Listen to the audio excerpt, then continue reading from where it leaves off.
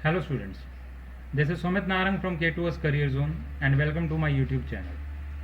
Last lecture में हम capacitance chapter के टॉपिक्स डिस्कस कर रहे थे और उस लेक्चर में हमने इलेक्ट्रोस्टैटिक्स ऑफ कंडक्टर के बारे में पढ़ा।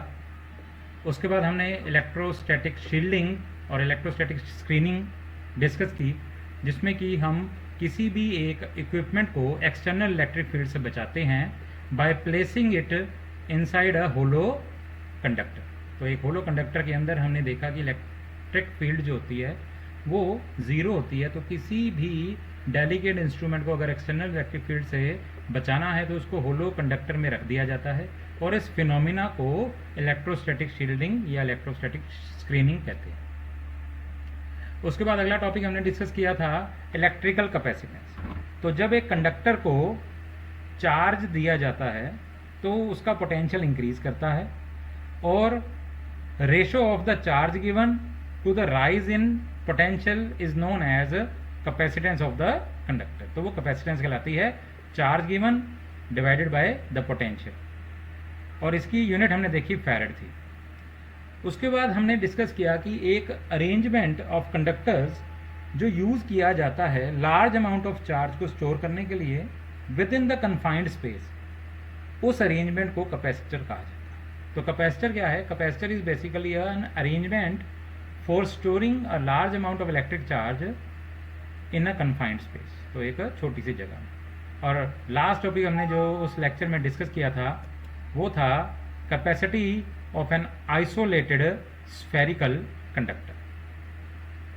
सो आज हम हमारे लेक्चर में सबसे पहला टॉपिक जो डिटेल में डिस्कस करेंगे वो है principle on which capacitor works. तो कैपेसिटर जो कि एक अरेंजमेंट है कंडक्टर्स का to store large amount of charge, वो किस प्रिंसिपल मतलब किस सिद्धांत पे काम करता है। तो इस प्रिंसिपल को समझने के लिए हम क्या करते हैं, हम एक मेटल प्लेट ए कंसीडर कर लेते हैं। तो हम एक मेटल प्लेट ए लेते हैं और उसको हम कुछ चार्ज दे देते हैं। तो जैसे जैसे हम इसको चार्ज देना शुरू करते हैं तो इसका पोटेंशियल राइज करने लगता है। तो एक टाइम ऐसा आता है कि ये अब अपने मैक्सिमम पोटेंशियल पे पहुंच गया। तो हमने इसको चार्ज देते रहे इस मेटल प्लेट ए को, और चार्ज देते देते इसका पोटेंशियल राइज करता रहा। तो एक टाइम ऐसा आता है जब हम अगर इसको और चार्ज देते हैं तो इसका और पोटेंशियल इंक्रीज करता है, लेकिन उसी टाइम पे इसका इतना पोटेंशियल हो जाता है कि ये अपने आसपास के मीडियम को आयनाइज करने लग जाता है। इसका मतलब इससे चार्ज जो है वो आउटफ्लो करने लग जाता है, मतलब लीक करने लग जाता है इस कंडक्टर में। तो इसका मतलब ये मैक्सिमम पोटेंशियल पे अपने पहुंच चुका है, इससे ज़्यादा ये पोटेंशियल अटेन नहीं कर सकता। उस टाइम पे हम क्या करते हैं, हम एक metal plate B, insulated metal plate B को इसके पास ला करके रखते हैं। तो जैसे ही हम एक मेटल प्लेट बी को इस चार्ज मेटल प्लेट ए के पास लेकर आते हैं तो इस मेटल प्लेट ए जिस पे भी पॉजिटिव चार्ज दिया गया है, इसके कारण इस मेटल प्लेट बी पे इंड्यूस चार्जेस आ जाते हैं। तो इस मेटल प्लेट बी का जो मेटल प्लेट ए की तरफ फेज होता है, उस फेज पे ये मेटल प्लेट ए नेगेटिव चार्जेस को या नेगेटिव चार्ज पार्टिकल्स को अपनी ओर खींच लेती है। तो इस फेज पे एक नेगेटिव इंड्यूस चार्ज आ जाता है, और वहीं पे जो दूसरी साइड का फेज होता है, मतलब फार्दर फेज जिसको बोला जाता है, तो ये फार्दर फेज पे क्या होता है, यहाँ पे डेफिशिएंसी ऑफ इलेक्ट्रॉन्स हो जाता है, तो इस पे पॉजिटिव चार्ज आ जाता है और इसको बोला जाता है इंड्यूस्ड चार्जेस। तो ये नेगेटिव चार्ज इस फेज पे जो मेटल प्लेट ए की तरफ है और दूसरी तरफ फेस है मेटल प्लेट बी का, उस पे पॉजिटिव चार्ज आ गया। अल्टीमेटली इसके ऊपर मेटल प्लेट बी पे इंड्यूस चार्जेस आ गए। अब ये जो नेगेटिव चार्ज होता है मेटल प्लेट बी पर, ये क्या कोशिश करता है, ये कोशिश करता है मेटल प्लेट ए के पोटेंशियल को डिक्रीज करने की। उसी टाइम पे जो ये पॉजिटिव चार्ज है ये मेटल प्लेट ए के पोटेंशियल को इंक्रीज करने की कोशिश करता है, लेकिन क्योंकि मेटल प्लेट बी पे जो ये नेगेटिव चार्ज है ये इसके ज़्यादा नज़दीक है, तो इसलिए इसका इफेक्ट इस पॉजिटिव चार्ज से थोड़ा ज़्यादा होता है। और अल्टीमेटली हम क्या देखते हैं, मेटल प्लेट ए का due to this negative induce charge on metal plate B potential decrease कर जाता है। तो जब ये मेटल प्लेट बी इसके पास लाई जाती है मेटल प्लेट ए के विदाउट टचिंग, पास में ही रखी है, तो मेटल प्लेट बी पे नेगेटिव और पॉजिटिव इंड्यूस चार्जेस आते हैं और due to these negative charges इसका कुछ पोटेंशियल डिक्रीज कर जाता है। अल्टीमेटली हम क्या देखते हैं, पोटेंशियल डिक्रीज कर दिया तो मेटल प्लेट ए को और ज़्यादा चार्ज दिया जा सकता है, तो हम और ज़्यादा चार्ज देते हैं तो इसका पोटेंशियल फिर बढ़ते बढ़ते फिर मैक्सिमम पोटेंशियल पे पहुंच जाता है। तो सपोज करो इसका मैक्सिमम पोटेंशियल V है, तो पहले हमने इसको Q1 चार्ज दिया तो इसका पोटेंशियल V बढ़ गया, लेकिन जब ये मेटल प्लेट B इसके पास लाई गई तो इसका पोटेंशियल V से डिक्रीज होकर V1 आ गया, तो हमने और चार्ज देना शुरू कर दिया, और चार्ज देते रहे, तो पहले Q1 चार्ज दिया था और अल्टीमेटली बाद में Q2 और दे दिया, तो इसका टोटल चार्ज हो गया Q1 प्लस Q2 और इसका पोटेंशियल फिर से V आ गया मैक्सिमम पोटेंशियल। अब फिर से ये मैक्सिमम पोटेंशियल पे पहुंच गई, फिर से इससे ज़्यादा चार्ज इसको नहीं दिया जा सकता। तो नेक्स्ट स्टेप में हमने क्या किया कि मेटल प्लेट बी का जो आउटर सरफेस था, तो आपको इंडक्शन चार्जिंग बाय इंडक्शन में याद होगा कि ये नेगेटिव चार्ज क्योंकि पॉजिटिव के पास है तो ये बाउंड चार्ज होता है और ये फ्री चार्ज कहलाता है। हम आउटर सरफेस को क्या करते हैं, मेटल प्लेट बी के अर्थ कर देते हैं। तो जैसे ही हम आउटर फेस की अर्थिंग करते हैं, क्योंकि ये फ्री चार्ज होता है, ये फ्री चार्ज अर्थ की ओर फ्लो कर जाता है, तो अल्टीमेटली ये पॉजिटिव चार्ज अर्थ में फ्लो कर जाता है। तो होता क्या है इसका इफेक्ट, पहले क्या हो रहा था, पॉजिटिव चार्ज इसका पोटेंशियल बढ़ाने की कोशिश कर रहा था, नेगेटिव इसका घटाने की कोशिश कर रहा था, अल्टीमेटली नेगेटिव ज्यादा पास होने के कारण इसका इफेक्ट ज्यादा था। लेकिन जैसे ही ये पॉजिटिव अर्थ की ओर फ्लो कर गया तो नेगेटिव इंड्यूस चार्ज के कारण बहुत ही ज्यादा इफेक्ट इस ए पे पड़ा और ए का पोटेंशियल ड्रास्टिकली डिक्रीज कर जाता है। तो हम क्या देखते हैं, जब हमारी प्लेट बी का आउटर सरफेस हम अर्थ करते हैं तो ए का पोटेंशियल ड्रास्टिकली डिक्रीज कर जाता है। तो अल्टीमेटली ए को और ज्यादा चार्ज दिया जा सकता है तब तक जब तक उसका पोटेंशियल फिर से वापस मैक्सिमम पोटेंशियल वी पे नहीं पहुंच जाता। तो फिर से इसको और चार्ज Q3 दे दिया। तो सबसे पहले ध्यान होगा आपको, हमने Q1 दिया तो पोटेंशियल V आ गया, जब हमने एक मेटल प्लेट B इसके पास लेके आए तो इसका पोटेंशियल डिक्रीज होकर V1 आ गया, तो हमने और चार्ज दे दिया Q2 तो Q1 प्लस Q2 हो गया। अल्टीमेटली जब हमने अर्थ किया तो और ज्यादा इसका पोटेंशियल गिर गया, जिसके कारण Q3 चार्ज और दे दिया गया, तो मेटल प्लेट A के पास टोटल चार्ज हो गया Q1 plus Q2 plus Q3। Ultimately इसका पोटेंशियल कितना राइज हुआ, V, जो इसका मैक्सिमम पोटेंशियल। तो हमने क्या किया, हमने फॉर अ गिवन पोटेंशियल इसकी चार्ज कैपेसिटी बढ़ा दी। तो अल्टीमेटली ये जो अरेंजमेंट है जिसमें एक मेटल प्लेट ए है उसके पास एक metal plate B, insulated metal plate B लाई जाती है जिसका आउटर सरफेस अर्थ होता है, तो इस अरेंजमेंट को कैपेसिटर कहा दिया जाता है और ये है principle of capacitor.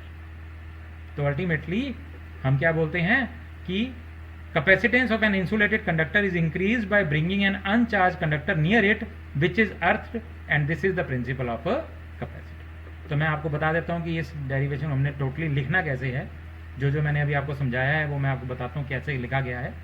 As we know that a capacitor is used to store large amount of electric charge in a small space, usually it consist of a system of two conductors separated by an insulating medium. तो एक capacitor दो conductors से मिलकर बनता है, ये system होता है जो बीच में उनके क्या होता है, एक इंसुलेटिंग मीडियम होता है।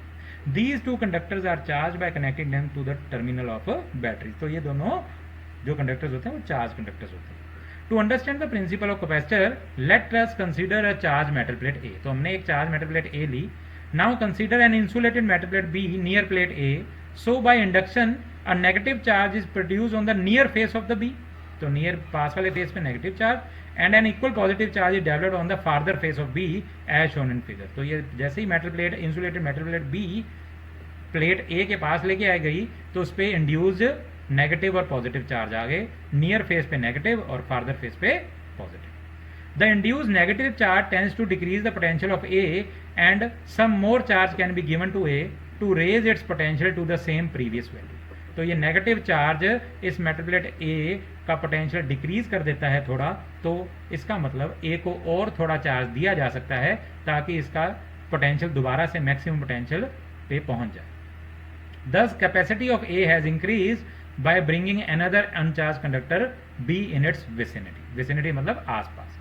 तो इसका मतलब कैपेसिटी ऑफ मेटल प्लेट को हमने बढ़ा दिया एक मेटल प्लेट बी को उसके आसपास लाकर। Now as shown in figure 2 plate B is earth. उसके बाद नेक्स्ट स्टेप में हमने क्या किया, प्लेट बी का बाहर वाला जो ये इंसुलेटेड मेटल प्लेट है तो बाहर वाला फेज हमने अर्थ कर दिया। तो and positive charge flows to the earth, तो उसका पॉजिटिव चार्ज अर्थ को फ्लो कर गया।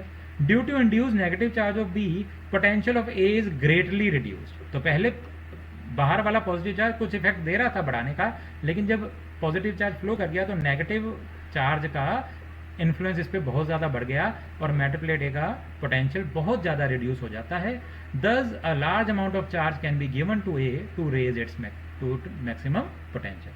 तो उसको फिर से मैक्सिमम पोटेंशियल तक बढ़ाने में क्या होगा, हम और ज़्यादा चार्ज दे सकते हैं। तो अल्टीमेटली हमने किया क्या, हमने ए की कैपेसिटी टू स्टोर चार्ज बढ़ा दी बाय मेकिंग दिस अरेंजमेंट। तो ये अरेंजमेंट से मेटल प्लेट ए बहुत ज़्यादा चार्ज स्टोर कर सकती है। तो hence capacitance of an insulated conductor is increased by bringing an uncharged conductor near it which is earth and this is the principle of a capacitor। तो ये principal है capacitor का। तो अल्टीमेटली जब हमें एग्जामिनेशन में ये अगर टॉपिक आता है define the principle of capacitor, तो हमने ये वाला हमारा टॉपिक लिखना है। कई बार आ जाता है write down the principal on which a parallel plate capacitor works, तब भी हमने यही लिखना है क्योंकि हमने इसमें एग्जाम्पल में हमने प्लेट ही लिए हैं, मेटल प्लेट्स लिए हैं, तो ये एक पैरेलल प्लेट कैपेसिटर का ही प्रिंसिपल है हमारे पास। Our next topic is parallel plate capacitor. तो पैरेलल प्लेट कैपेसिटर अल्टीमेटली होता क्या है? पैरेलल प्लेट कैपेसिटर में दो थिन कंडक्टिंग प्लेट्स होती हैं जो एक दूसरे के आमने सामने पैरेलल रखी होती हैं, जिनमें आपस में एक डिस्टेंस d होता है और इस स्पेस में जो इनके बीच में होता है इसमें एक इंसुलेटिंग मीडियम होता है, like air, it can be mica, it can be glass. तो इसके अंदर एक इंसुलेटिंग मीडियम होता है, तो इस अरेंजमेंट को पैरेलल प्लेट कैपेसिटर कहते हैं। तो consider two thin conducting plates 1 and 2 held parallel to each other distance d apart. तो इन दोनों के बीच की दूरी d है। These plates are separated by an insulating medium like air. तो इनमें कुछ स्पेस में कोई भी मटेरियल हो सकता है, मीडियम एयर हो सकता है, इसमें ग्लास हो सकता है, इसमें माइका हो सकता है। प्लेट 2 इज अर्थड, तो प्लेट 2 बाहर से अर्थड है। So this is the arrangement of a parallel plate capacitor. तो जैसा कि हमने ये एक, अब इसके बीच में क्या होगा, देखो हमने इसको चार्ज दे दिया पॉजिटिव और इसके ऊपर आ गया negative equal amount of charge, तो इसके ऊपर सरफेस चार्ज डेंसिटी अगर प्लस सिग्मा है तो इसके ऊपर प्लेट 2 पे सरफेस चार्ज डेंसिटी आ गई माइनस सिग्मा। तो अल्टीमेटली ये पॉजिटिव और नेगेटिव, तो इन दोनों प्लेट्स के बीच में एक इलेक्ट्रिक फील्ड डेवलप हो जाएगी। तो हमने लास्ट चैप्टर में, हमारा लास्ट टॉपिक था जब हमने पैरेलल प्लेट्स हमने कंसीडर की थी, तो उनके अंदर हमने इलेक्ट्रिक फील्ड निकाली थी। तो मैं आपको वो वाला टॉपिक दिखा देता हूँ, अगर आपको ध्यान हो तो हमने ये रहा electric field inside due to two thin infinitely parallel plane sheets हमने की थी, 4 शीट, जिसमें पहली पे सिग्मा 1 और दूसरी पे सिग्मा 2 था। तो हमने ये देखा था कि ये 3 रीजन्स हमने कंसीडर किए थे। तो हमने इसका एक स्पेशल केस किया था कि जब प्लेट 1 पे प्लस सिग्मा और प्लेट 2 पे माइनस सिग्मा चार्ज हो तो उस टाइम पे क्या होगा।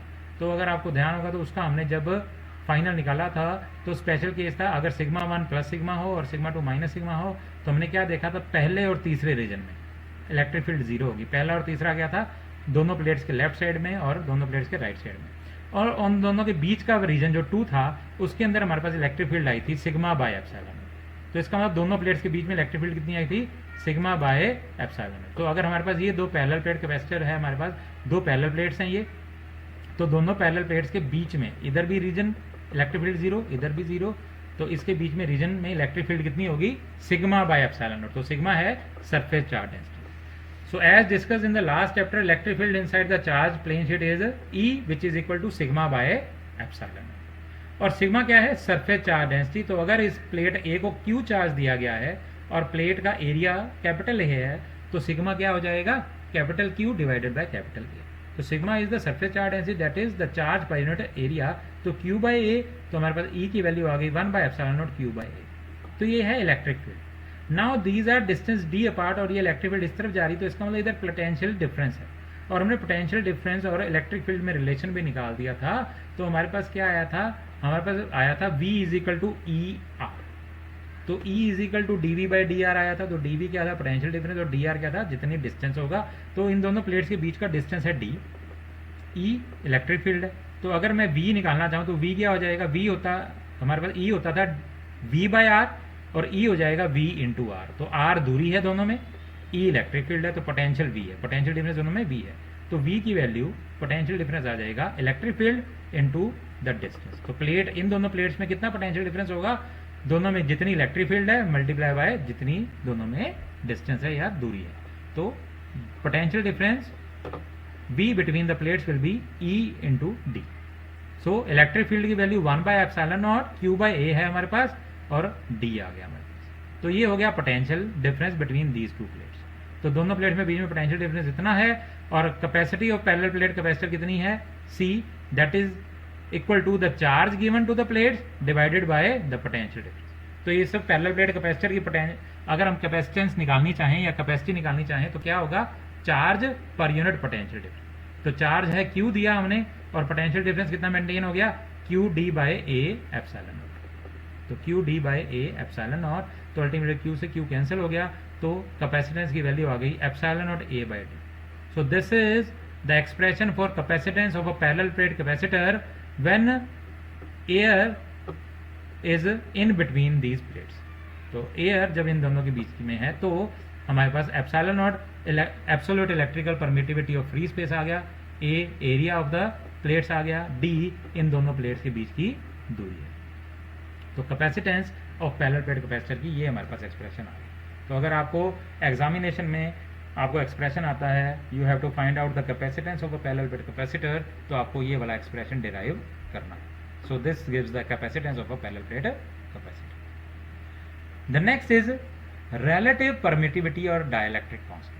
तो relative permittivity और डाइलेक्ट्रिक कांस्टेंट हमने फर्स्ट चैप्टर में डिस्कस किया था और ये क्या था, उसमें हमने देखा था कि डाइलेक्ट्रिक कांस्टेंट एक मीडियम का होता है, किसी मीडियम का, डाइलेक्ट्रिक मीडियम का, and it is defined as the ratio of electrostatic force between 2 point charges held some distance apart in the vacuum to the force of interaction between the same 2 charges held at a same distance apart in a material medium. तो 2 point charges के बीच में वो force, electrostatic force, जब वो दोनों vacuum या air में रखे गए हैं, डिवाइडेड बाय वो दोनों चार्जेस के बीच में इलेक्ट्रोस्टैटिक फोर्स जब वो सेम दूरी में किसी और मीडियम में रखे गए हैं, तो इन दोनों फोर्सेस को जब डिवाइड किया जाता था तो हमारे पास dielectric constant of the material medium आ जाता। तो इसी को अगर हम कैपेसिटेंस के कंसिडर करें, क्योंकि अगर हमने इधर कहा कि कोई भी मीडियम हो सकता है इंसुलेटिंग, तो डाइलेक्ट्रिक मीडियम भी इसके बीच में हो सकता है, तो उस समय हमारे पास कैपेसिटेंस कैसी आएगी, तो हम वो देख लेते हैं। तो when an insulating material is fully occupying the space between the charge plates, तो अगर एक इंसुलेटिंग मटेरियल पूरी स्पेस को ऑक्यूपाई कर रहा है बिटवीन द प्लेट्स, तो कैपेसिटेंस बढ़ जाती है। एयर की जगह कोई और मटेरियल रख दोगे तो कैपेसिटेंस में थोड़ा इंक्रीज आ जाता है, और जिस फैक्टर से वो कैपेसिटेंस बढ़ती है उसको कहा जाता है relative permittivity और dielectric constant of the material. तो इसका मतलब एयर की जगह कोई और डाइलेक्ट्रिक मीडियम इसके अंदर भर दिया जाएगा, तो इस अरेंजमेंट की, इस पैरेलल प्लेट कैपेसिटर की कैपेसिटेंस बढ़ जाएगी, और जिस फैक्टर से वो बढ़ेगी उसको कहा जाएगा dielectric constant of that medium. तो relative electrical permittivity और dielectric constant is equal to capacitor of the capacitor, capacitance of the capacitor with dielectric medium between the plates divided by the capacitance of the capacitor with the vacuum or air between the plates। तो इसका मतलब Cm divided by C naught को क्या कहा गया, dielectric constant या relative permittivity of the medium। तो अगर हम K is equal to Cm by C naught करें तो C naught उधर चला जाएगा, तो Cm क्या आ गया, K into C naught। और हमारे पास हम इधर से अगर हम लिखना चाहें तो हमारे पास C naught की वैल्यू क्या है, C naught की वैल्यू है epsilon not A by D। तो C naught जब एयर है तो epsilon not A by D, और K को हम क्या लिख सकते हैं, K को एप्सिलॉन नॉट R भी लिख सकते हैं, K ना लिख के एप्सिलॉन R जो मर्जी लिख दो। यहाँ से हम क्या निकालना चाहते हैं, हम इस कैपेसिटेंस की वैल्यू निकालना चाहते हैं पैरेलल प्लेट कैपेसिटर की, जब कोई और मीडियम है उसके बीच में। तो अगर कोई और मीडियम है तो हमारे पास K या एप्सिलॉन R रिलेटिव परमिटिविटी है और epsilon naught absolute permittivity of free space है, और एप्सिलॉन R और एप्सिलॉन नॉट का प्रोडक्ट जो होता है वो होता है एप्सिलॉन M। क्योंकि रिलेटिव परमिटिविटी क्या होती है, रिलेटिव परमिटिविटी होती है मीडियम की परमिटिविटी डिवाइडेड बाय एयर की परमिटिविटी। तो मीडियम की परमिटिविटी डिवाइडेड बाय एयर की permittivity is equal to epsilon R होती है। तो एयर की परमिटिविटी को जब रिलेटिव परमिटिविटी से मल्टीप्लाई कर दिया जाए तो इलेक्ट्रिकल परमिटिविटी ऑफ मीडियम आ जाती है। तो epsilon not into epsilon R जो होती है वो एप्सिलॉन M होती है। तो Cm जो आ गई epsilon M A by D। तो इधर से हमने क्या निकाला कि अगर हमारे पास एयर की जगह कोई और मीडियम अगर दोनों पैरेलल प्लेट्स के बीच में होगा तो वहां पर एप्सिलॉन नॉट की जगह एप्सिलॉन M आ जाएगा, that is electrical permittivity of that medium. multiply by area of the plates divided by the distance between the plates. This will give us the capacitance of the parallel plate capacitor with some insulating medium other than air.